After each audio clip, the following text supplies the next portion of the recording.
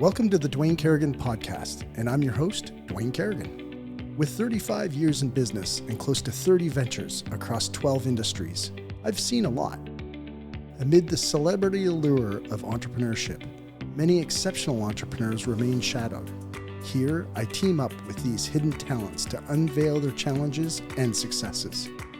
Dive in with me to unearth entrepreneurial gems, learn from our experiences, and get educated.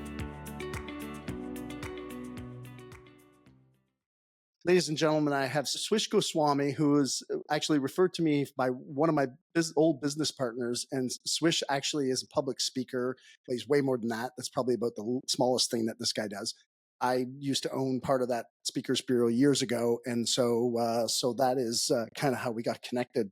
Swish, please correct me and fill in the blanks here. But Swish was the CEO of a company called Surf, which was, you were like a data platform company that you started back in 2019. And I think you guys were, what you were doing, and we'll talk about this later, but you were really basically creating rewards for people who are sharing their online browser information. And then you guys sold that in 2025. So you were the founder, co-founder? Co-founder, yep. Co-founder, Me and my okay. business partner on it, yep. Love to chat with you about, you've made a couple acquisitions through that, I think in 2021 that I saw. And then I'm sure you did some capital raises. So then you went through a sale. So you've got some unbelievable experience that people don't get until they're way older than you are. Because I think you're 28 now, correct? 28, yep. Yeah. And then you co-authored a book called The Young Entrepreneur, which I have not read the full book, of full disclosure. Me neither. I'm kidding. Yeah, no, I know. But I love the very beginning of the foreword where I'm going to actually read it. It says, we can't bear the inauthenticity of traditional business books. And I'm like, okay, this is my kind of book. And I love the way you laid it out. It looks, it's amazing. And I love the piece where you were really talking about, the feeling of your responsibility of your generation to kind of carry things on and to be able to pick up the baton on a whole bunch of different items that you kind of listed there. So I'd love to get into some of that, of course. And then you have your own podcast called Track Limits, which I listened to today, which is awesome. And it's on F1. So that's awesome. Lots of stuff happening in F1 right now. You're a public speaker, as I talked about, and I also found out that you're a former debater. You represented Canada in the national or the world debate championships, which I actually would love to chat about that as well. I found that very fascinating. And then you're head of growth for Parallel Studios, which is you guys went out, raised $100 million, and you're creating a studio that kind of wraps around sci-fi franchises, comics, gaming, TV, all kinds of different things. So we got, I don't know, man, we'll be here till 7 tonight. No, sorry. I know you can't be, but thank you for being on the show. I'm very, very excited to have you here. And I'll actually tell, I will say one of my outcomes, I typically, I don't come prepared for that's the preparedness that I do, is research the guest. But I'm a big fan of letting serendipity or the universe or grace kind of jump in and take the conversation where it may. And, nobody knows you better than you. And so I don't have to create questions. I just have to, be present in the conversation. And so I'm really interested in, kind of what's happening right now with Swish and leading into some of the cool stuff you've done at such a young age, man. That's very impressive. No, appreciate that. And yeah, thank you for having me. The mutual connection that we have is someone who I greatly respect, obviously part of the bureau that you guys co-founded for the last 5-6 years now, and have enjoyed speaking at all the events and conferences that they're putting on. I think, going to your point around being spontaneous, that is my MO, not only with podcasts, but speaking. I obviously have a general list or outline of things that I want to convey, takeaways maybe that I want to share, but I anytime I speak, if I'm doing a fireside chat or anytime I do a podcast, I never ask for questions beforehand because I like being surprised. I just want to come off the cuff, share really what comes to my mind first, and hopefully be authentic and honest throughout in the conversation. Um, in regards to what I'm working on right now, I think what you covered was incredible. The main focus is parallel. After I sold Surf, I kind of went back and was like, I don't want to start another company just yet. I'd rather take off the founder's hat and go back to like my core muscle, which was growth and marketing. And I'm doing that now at Parallel Studios, and we're very excited about the IP that we're building. It's unique, it's new in the science fiction space. And like you mentioned, it's going to come in the form of video games, comics, collectibles, hopefully down the road, movies and TV shows. And we've raised a good amount of capital to be able to support each vision simultaneously.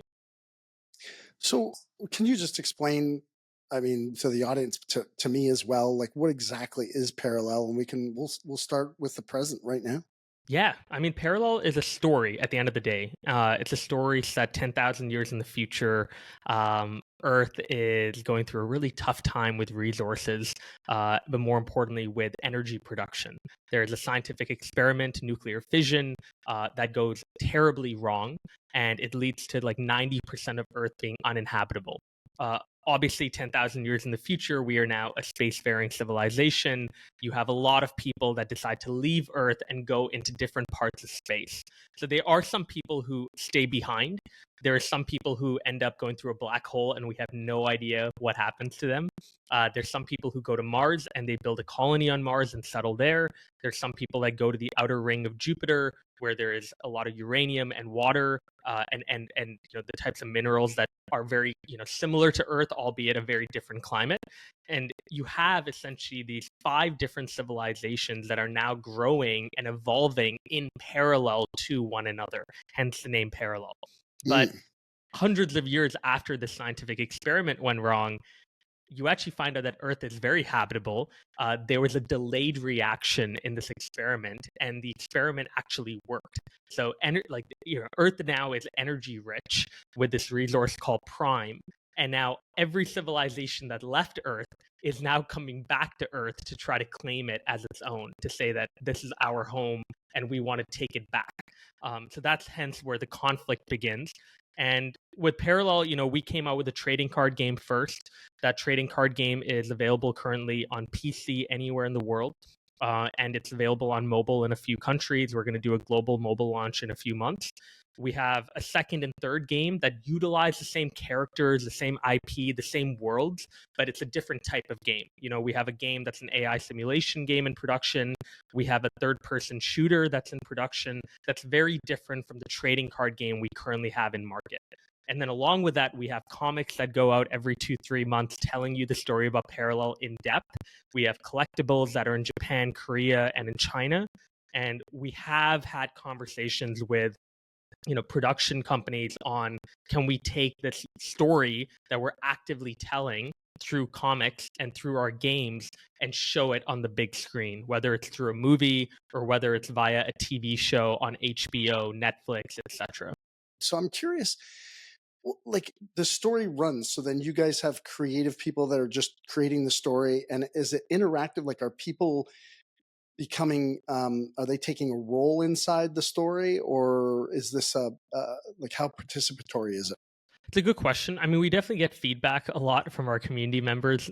We've been around as a company actually since 2021, so even before I joined the company, because I joined in 2024, and that was on the tail end of our sale process with Surf. And the way I even found out about Parallel is 2 of the founders of Parallel are investors in Surf.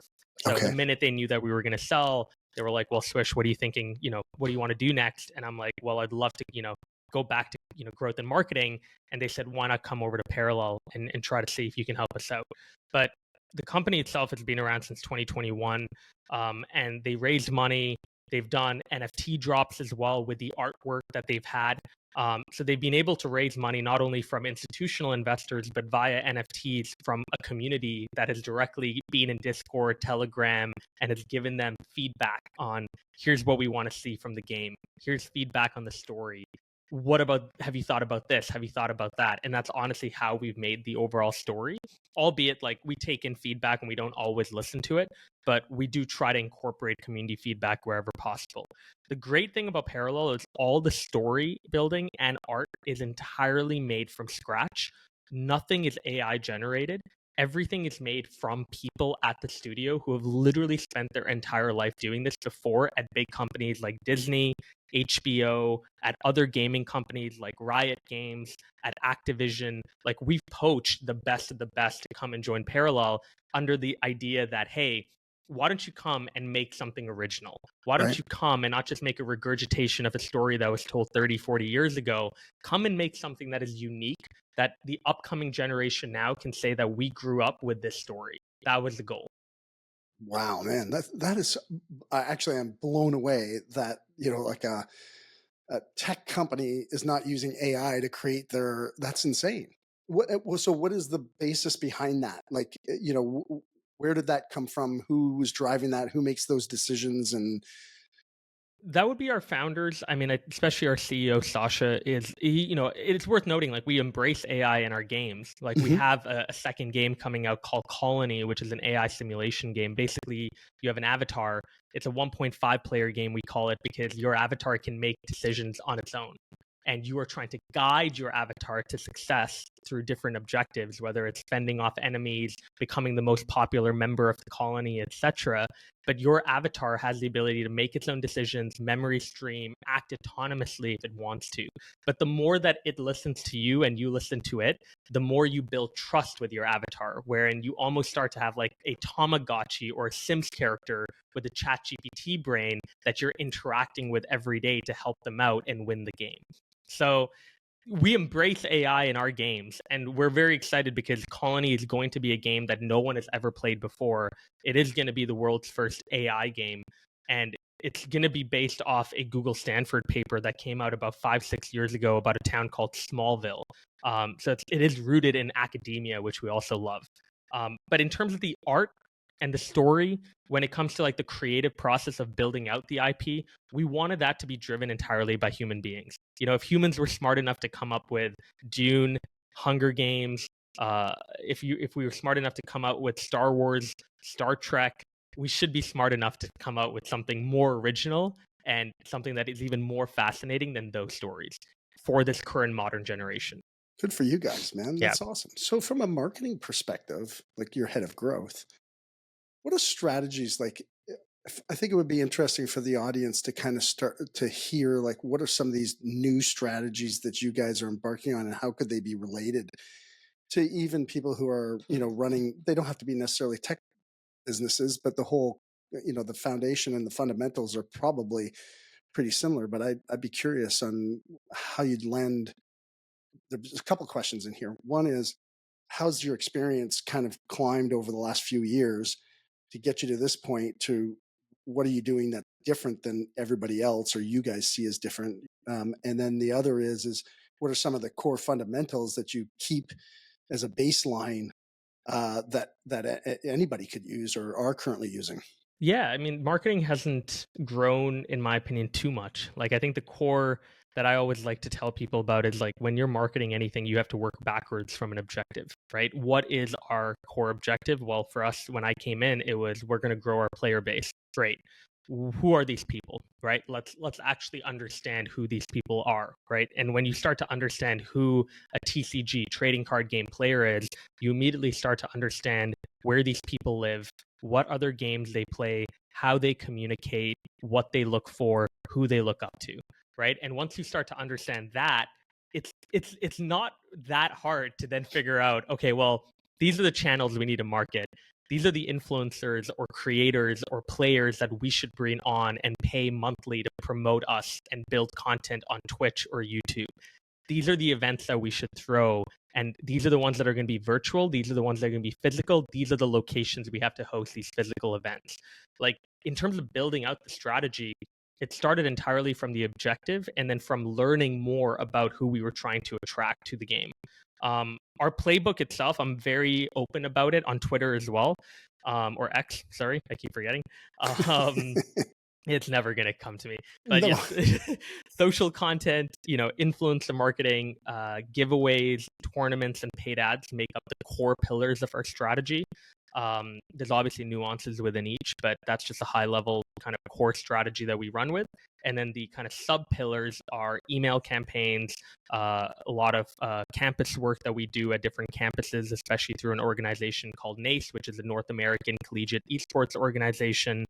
We do a lot of work on website optimization each month based on the traffic that we're getting, based on understanding where people are dropping off, where people are potentially rage clicking. We make changes and iterate from there. We have PR, that's a smaller part of our strategy, but we still do it for bigger launches. We have a referral program, and then we have some external partnerships in different countries. For example, India, Brazil, in Japan. These are areas that are very far from us, but also more importantly, they're culturally different from North America and Europe in a significant way. In that case, we feel the need to go to an organization on the ground and say, we'd like to market in this country, but we want to not only do it independently, we want to do it with you because you understand what moves the needle in India or what moves the needle in Japan in terms of how people find out about products and how they go about downloading it. So those would be the external partnerships there. On those external partnerships, like are you picking like big firms, or is it more of a boutique style strategy, like that you can partner up with them and have some more influence, or what's that look like? It's more boutique for sure. If you look at our partnerships right now, we have the biggest one we've probably done is Rakuten in Japan. But outside of that, in Brazil, we had 3C. In India, Collective Media. In the Philippines, we had YGG. And if you look at each country, we really were quick to understand what moves the needle, what drives culture within these countries. For example, with India, when I went to Mumbai, I basically found out that the three things that move the needle in that country: religion, Bollywood, cricket, right? Those are the three things That's that true, move the dude. needle, It's so true. right? And so we were like, well, we're not going to touch religion, obviously. We want to be sensitive, but like we're gonna directly look at cricket and Bollywood, and we're gonna say, well, what organization is kind of at the epicenter of it? What organization represents great talent, has worked with emerging brands, but more importantly, has worked with foreign brands that want to come into India and has case studies on that. And that's where we found Collective Media. How are you managing all this as the head of growth? Like, you must have a hell of a team, obviously, but Honestly, not as big as you think. We're only a growth and marketing team now of 7 people, albeit, it's not 2 or 3 people, which I'm very appreciative of. But it's not like a 50-person team. It's not a 40-person growth and marketing team, right? We have 2 graphic designers. I have a head of partnerships. I have a head of comms, and then I have a social media manager. And the paid ads buyer, and that's about it. And then it's me. The way that I work though is very much, I try to make sure that if I'm bringing a person on, that I'm fully utilizing them, and more importantly, I do try as much as possible to really like quickly understand which pillars are doing well, which ones are not doing well, and the ones that aren't doing well, sure, we'll give them a second chance from time to time, but most of the time we just cut them out entirely and we focus our efforts on what is doing well and we try to do better, right? With paid ads, I would honestly say, like, we don't market on every platform. We could be on YouTube and Twitch and Meta and Unity and Google, but over time, we very much quickly realized that, oh, actually, the biggest driver for downloads is actually Unity ads, Google, and Reddit. It's not even Meta, right? And that's a big realization that many marketeers would say, no, but we have to market on Meta because that's where everyone is, and that's what I'm being told online. But for us, we're not arrogant about it. We look at a platform, we objectively try to understand what's doing well, what's not. We give it obviously a bit of time to see whether or not maybe 2, 3, 4 months down the road it changes. And if it doesn't, we cut the platform out and only focus on channels that are driving downloads. that's interesting. Reddit surprises me actually, but Mm-hmm. what I wouldn't know, but that just seems like doesn't make a lot of sense. But um, so to that point, and maybe you could share so that the audience can kind of take away some things for themselves, because there's if you're not in a tech business and you've been in business for 20 years, social media, clicks, views, downloads is all like, what is this? But for people to understand a little bit, when you were looking at your metrics and deciding, okay, is it meta working? Is it not working? Is it Reddit? Is it whatever? Wh- What what are you guys looking at, and how often do you see it? And when do you pull a campaign on that type of side of, like, say, pay per click? That when do you know that it's okay? This isn't paying off. The core thing we looked at was cost per install. That's the main number I would look at. And every channel that we ran an ad on, every influencer we work with, we would arm them with a unique link. For mobile, we would work with a platform like AppsFlyer to create those unique attribution links. So I know that, oh, well, Dwayne was working with Parallel. He promoted Parallel to his audience. We gave him this unique AppsFlyer link, and Dwayne has led to 20 installs, and we paid Dwayne $100, right? And you can easily do the math there to say, okay, well, Dwayne has this incredible cost per install number that we might want to work more with. Or equally, we have certain partners where we pay them $5,000, we only get a couple hundred downloads. We say, let's run it back, because they probably have a bunch of learnings and lessons that they've taken away from their first campaign with us. And if they can't repeat or if they can't improve, that's where we're like, okay, we're going to cut them and we're going to focus on the channels that actually do work. For me, I was pretty clear for PC, our cost per install has to be under $4. And for mobile, our cost per install has to be under $2. That's the directive that I gave. But even my directive changed, by the way. When I was 2 months into mobile, and we launched mobile in the late part of March, so we're basically now just over the 2 month mark. We saw our Google ads have a cost per install of about 35 cents. And when I looked at that, I'm like, wait, maybe $2 is actually way too high of a goal. Because I was just looking at the average cost per install of a game. I wasn't looking at the average cost per install of a particular game like we were building, a trading card game that is available both on PC and on mobile as well. And a game, by the way, that I do think rewards its community very well. Like, we do more giveaways, weekly and monthly giveaways, than any other game out there. We reward our users not only with that, but through a referral program.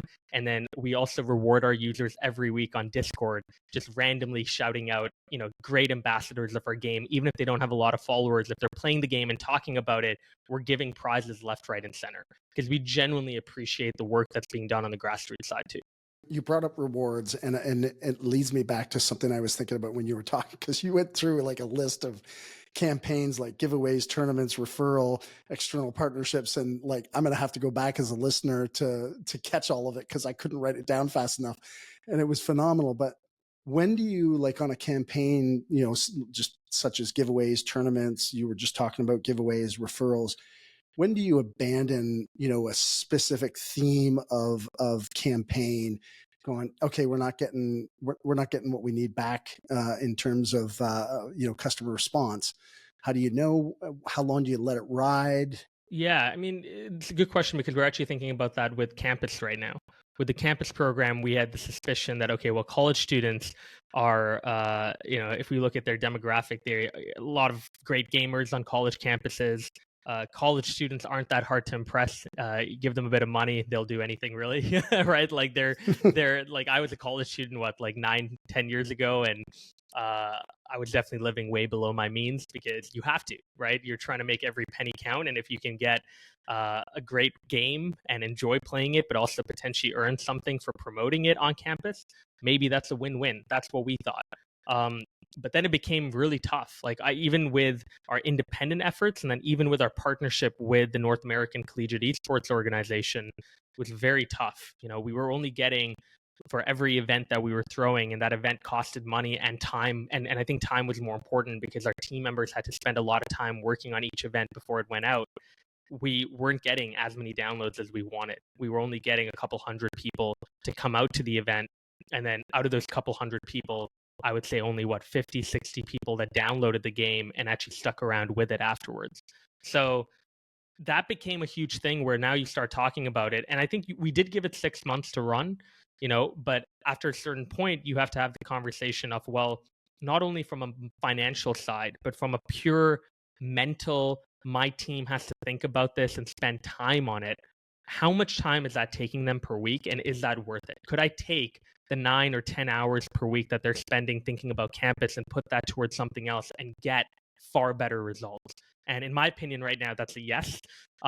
We haven't pulled the trigger on it yet, but we likely will eventually cut campus out for now. And it doesn't mean, by the way, that we might not bring it back in the future. Just for now, it's not a priority right now. Do you want us to hold launching this podcast until you tell campus? No, that's fine. Totally fine. No, I'm kidding. They know we're frustrated too, so I don't Okay. think Nace is gonna be like, what? Where is this coming from? That's funny.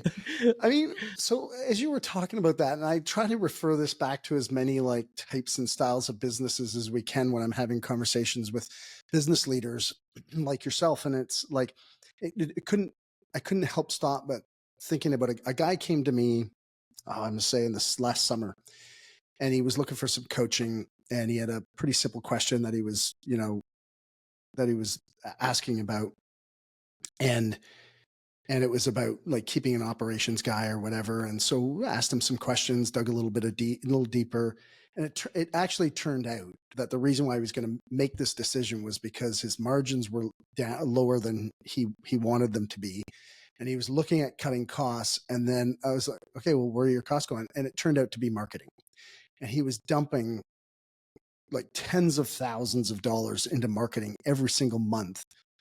And for whatever reason, when you were just explaining all that, he popped into my mind, and I can't help but think there's so many business people out there who, don't know what to do with marketing to market their business. So then they go to a marketing firm, and then I always like, and sorry for you, for the marketers out there. Like I'm, it's like, to me, it's like, it can be woo-woo land. It could be like, it's like Puff the Magic Dragon. All of a sudden, boom, there goes $100,000. And depending on the size of your business, it could be $1 million, it could be 10,000, whatever size your business is, but the money is important. And then, people talk about views and likes and this and that, and it's, and most people don't even understand it. And I guess the question is because like, the reason why our podcast exists is because we try to bring people's stories to the forefront. So somebody listens to that and goes, oh my God, okay. Well, what advice would you give to somebody who's got a business, could be anywhere from 1 to 10 or $20 million business, that's struggling with, what to do with their marketing, where they're spending their budget and spinning their wheels? What will be the kind of top things that you've learned to either analyze? I know it's a very broad-based question, but yeah, I mean, obviously, like you mentioned, it depends very much on the industry they're in or what sort of marketing they're doing, right? Like B2B is very different from consumer consumer marketing. But I would say at a very high level, you touched on some really good points there in terms of, number one, not focusing on vanity metrics, right? I think likes and impressions and followers are it almost feels like they're a byproduct of what success should be. Like the amount of followers you grow by is not going to equate directly proportionally to the amount of money you're going to make. There are a ton of companies out there that have hundreds of thousands of followers, and sadly, even due to the algorithm now, they can't reach all those people anymore, right? They've done all this marketing to be able to get 100,000 followers, and every time they post now, they get 10,000 impressions or 15,000 impressions, and that's the maximum they can get based on the algorithm. And that isn't a great position to be in, versus if you had 10,000 followers, but oh my God, like you're only getting 2,000, 3,000 impressions, but each one of those people are actively spending, like they are brand advocates that care so much about buying from you each month, that it's far better position, in my opinion, to be in. The second thing as well is you don't have to be everywhere. Like a ton of people, when they get into marketing, they feel overwhelmed because they're like, I need to set up a Facebook page, an Instagram page, a TikTok, a LinkedIn. I got to be posting on every platform. Got to be writing articles. I got to be doing PR. You don't have to be doing everything, right? Start with the low-hanging fruit, and ideally do it yourself first. Because even if you fail, you will know what it takes to run a campaign, to see the results, and to interpret those results for yourself. And that goes back to your point around why delegating, for example, to a social media company or a PR firm isn't great. Because sometimes when people delegate, they don't actually know what the work is like. They can't empathize with the work that they've outsourced. They can't interpret the results properly when they come back in these flashy reports. And all they see is the sunken cost. And they're like, what is happening? So right. try as much as possible to do a little bit yourself. And there's no problem with delegating, in my opinion. I mean, when I joined Parallel, we were working with an outsourced PR firm and we were working with an outsourced social media management firm, right, to do posting and commenting and even graphic design production, by the way. Within 3 months, I cut both firms. I'm like, we're going to do everything in house because that's just personally the way I like to operate. I want to speak to a graphic designer at any point during the day, like during the working hours, by the Yep. way. Yep. Right. Yeah. Right. I want to be able to ping them and say, I need a graphic done in 20 minutes. Can you get it done for me? Great. Thank you.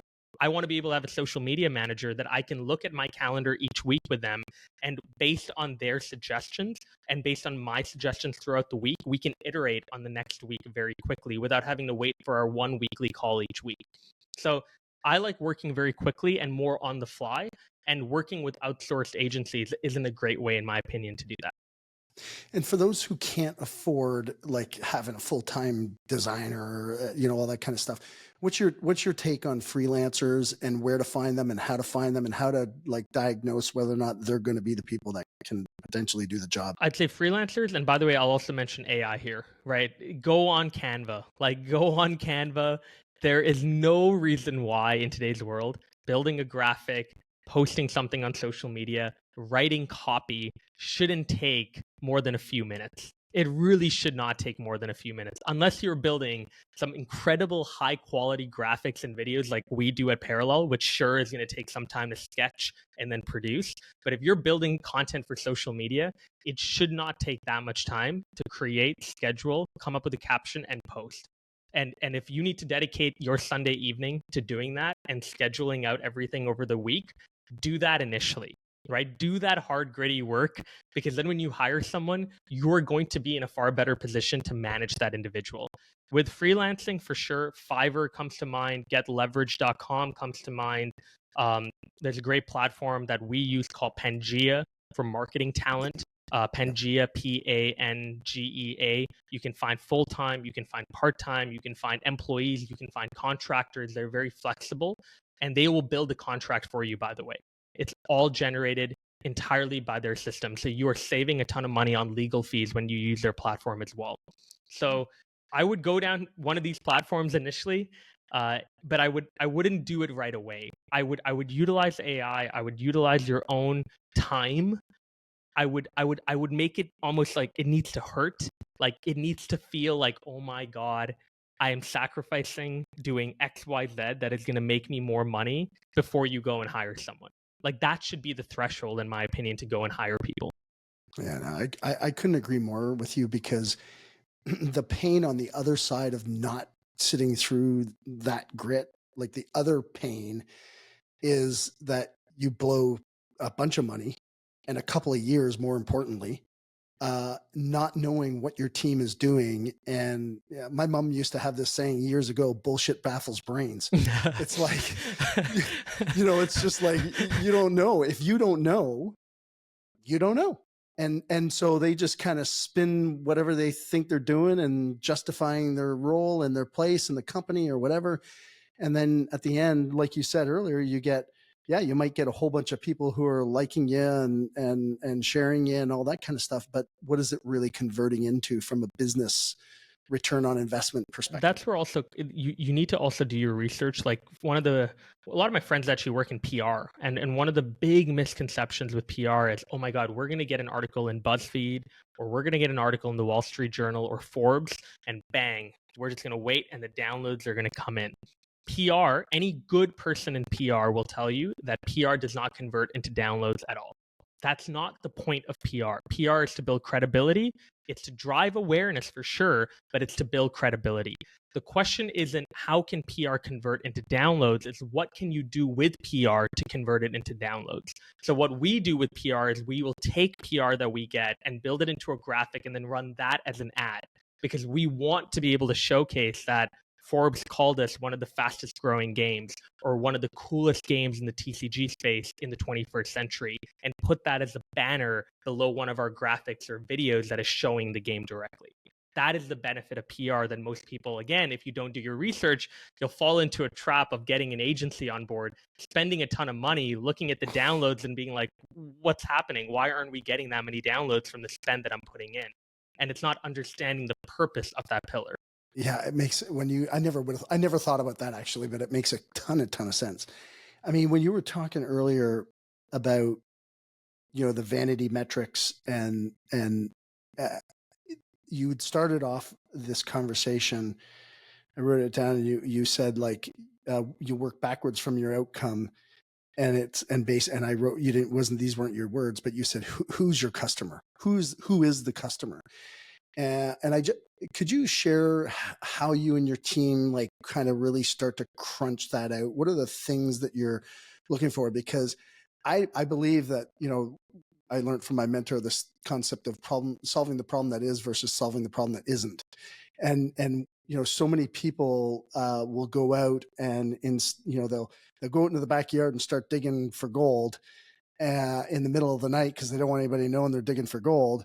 And so they're digging for gold. And then, when the daylight comes, they realize like, we were digging in the wrong spot. So rather than first take a flashlight and search around to see where you should be digging, it's a crude analogy, but I think it's really, it's really true. What do you do?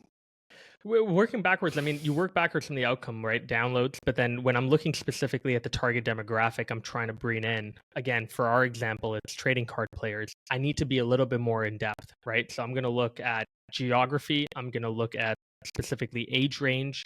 And then obviously, in some cases, it depends on the type of game you are. We're free to play. But if we weren't free to play, you would look at disposable income as well, right? Mm, If you were priced at $20 versus priced at 90, you're obviously targeting now a pretty different segment.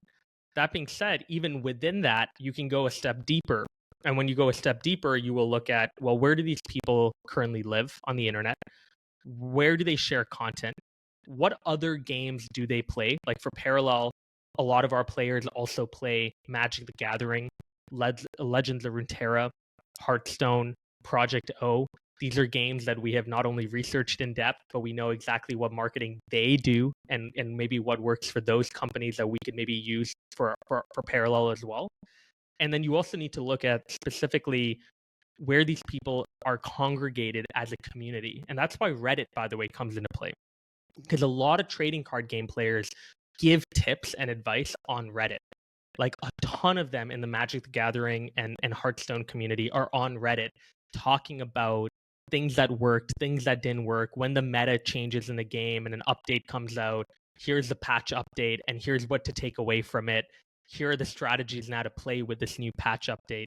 That's where they talk, right? So for us, we were like, well, if we have such a great trading card game community on Reddit, it just feels wrong not to market on Reddit. The question is now how you market correctly, and that's where you have to go and do your research and hire the right talent and do the work yourself to iterate and learn. But at least now I know the general territory, like you said, where the gold is, where I can actually go and start mining. I love these. And I think, and I just want to say this for the audience, for those of you who are listening, there was so many like, yeah, Swish was sharing what they do for the gaming industry, but there's so many things in there where it's like, where does your customer live? Where do they play? Where do they spend their time? Where's their community? Is it a golf course? Is it tennis? Is it, the gym? Is it whatever um, and then, one of the big things was like the promoters. And it reminded me of, like, I had a buddy of mine who, I, I won't say, he was promoting a product, and he just say like anybody who was interested in the product, he would give them a code, and he was the biggest single dealer in the country of this specific product. And they had a massive dealer network around the country, like a retail network. Um, and he was in everybody's face. He was the specific, he was at the desired client, and they just said, well, listen, we'll pay you a fee. And he would just, hey, if you're interested, use this code, it'll get you a discount. And he was one of the biggest dealers. So it's like, I think a lot of people miss that. I think a lot of people don't even know that actually happens, which is primarily kind of one of the cornerstones of how your business gets built, is it not? Yeah, 100%. 100%. And it is cool because what you also mentioned is like word of mouth marketing, and it's not dead. A lot of people will, there's a bunch of articles, is word of mouth marketing dead? We live in this world where it's saturated with news and people are just like overwhelmed with choices. Are they not sharing, what they're liking and what they don't like? And I'm like, no. I mean, if I look at my own life, I think I make like 95% of my clothing decisions based on what my friends are wearing or what they like brands they like. Right. So word of mouth marketing is not dead. Maybe I don't explicitly go to my friends on a Wednesday dinner and say, oh yeah, by the way, these pants, bought them at Carhartt, Carhartt WIP, the specific link. It was the Victoria Day sale. Like I'm not going to be that specific, but just Right. like being around them kind of serendipitously, you're looking around and you start to get influenced by what they're saying or by what they're wearing. And it's the same way with video games. Oh, I've like, what you do over the weekend? Man, I was addicted to this trading card game called Parallel. Oh, I'll check it out. That is honestly still how we get a ton of people. Is just by people talking to their friends, not even by streaming, not even by promoting on paid ads or influencers. It's literally just people who enjoy our game who are going and talking to their friends and bringing their friends in. And that's actually why the referral program we have with the referral code is so important, so that we can directly reward those people for talking about the game to their friends. Yeah. And then the backbone of that is customer experience. Right. Making sure that, which is a whole nother, I'm not probably going to go down that road because I think we have so many other things to talk to about. But ultimately, if the customer experience is amazing, like I'm like you, I probably almost don't make any significant buying decisions without checking with a friend. Hey, I got to replace the roof on my house. Who knows a good roofer? Like never. Like, oh, you need an air conditioner. I need a new car. Who's a good dealer in the area? If you don't already have one, it's like I'd much rather walk in the door and say, hey, Swish sent me. I'm looking for a Tesla. Whatever, and I want to deal with the sales rep that you did because you had such a great experience. So no, it's a good reminder. Thank you for that.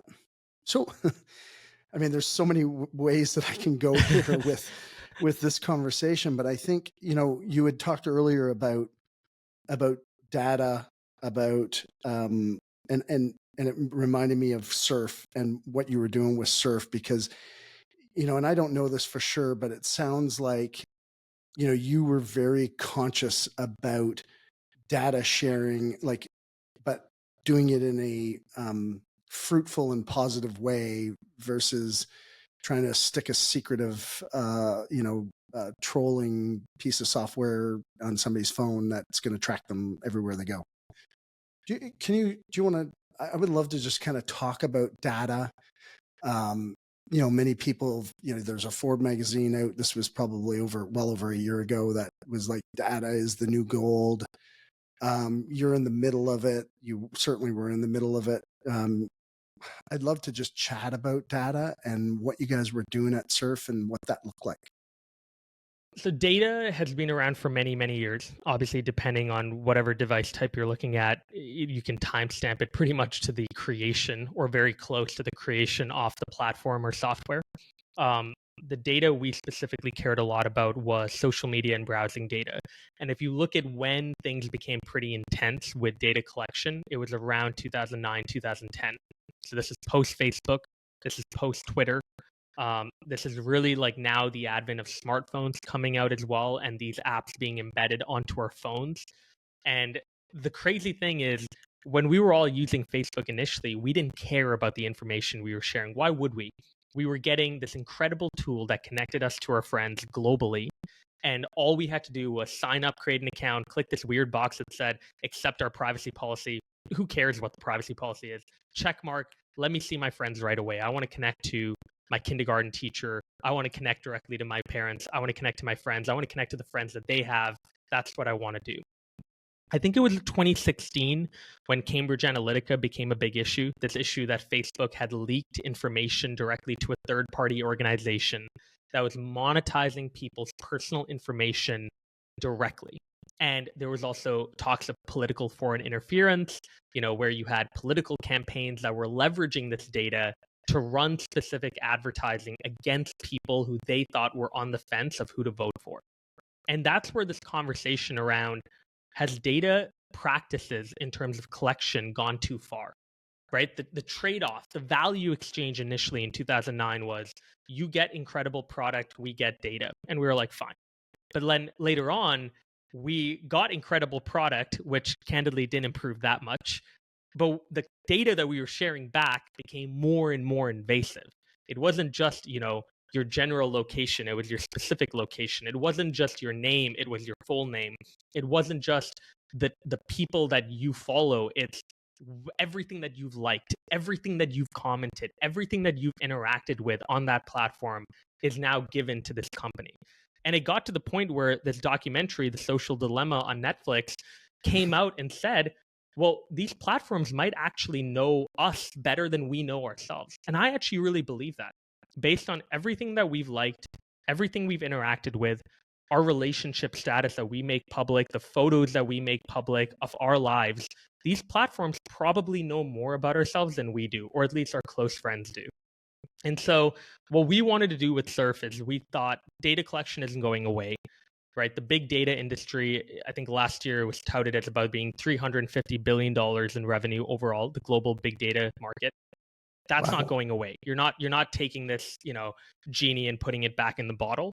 What we wanted to do though was ensure that if people are sharing their data, that they know about what they're sharing, they have the ability to manage that data, and more importantly, they have the ability to be compensated for it in some way. And those were kind of the three main principles that we created Surf on. And it's, I think, why when we launched as a Chrome extension, we saw a crazy amount of people come in and utilize our platform. Within the first 9 months, we had over 250,000 downloads. And the great part is that we actively saw people leave good reviews being like, this is a product that should have been created when Facebook started back in 2007, 8, whenever it was. Can you explain to everybody exactly how the product worked and what the purpose was that it was serving? Yeah, so you download the extension. It basically will ask you, to keep the extension on when you browse. When you browse, you share your data with Surf, and for every piece of data event, you're given credits or Surf points. You can then use those Surf points for items, for gift cards, for discounts, for entering into a giveaway each month. You have the ability, though, at any point to erase any of the data that you've shared with Surf. You have the ability to see within our activity log all the data that you've ever shared. You have the ability to put in certain websites you do not want to share data on. So, for example, your banking platform, if you're like, anytime I go to td.com, I don't want to share any data with Surf, you can put that URL in. We wouldn't track you on that platform ever. And the great part about it is, like, even our privacy policy, when someone would sign up for Surf, we had a long form privacy policy. We purposely added a second step where we paraphrased it. We gave you a very condensed version of what you were accepting. So you very clearly knew, this is the value exchange between what I give and what I get. Oh, that's cool. And so essentially it's a firewall against the softwares or the websites that you're surfing, because you're surfing through your app or software, and it blocks it at your point, and then you get to choose what you want to share. Correct.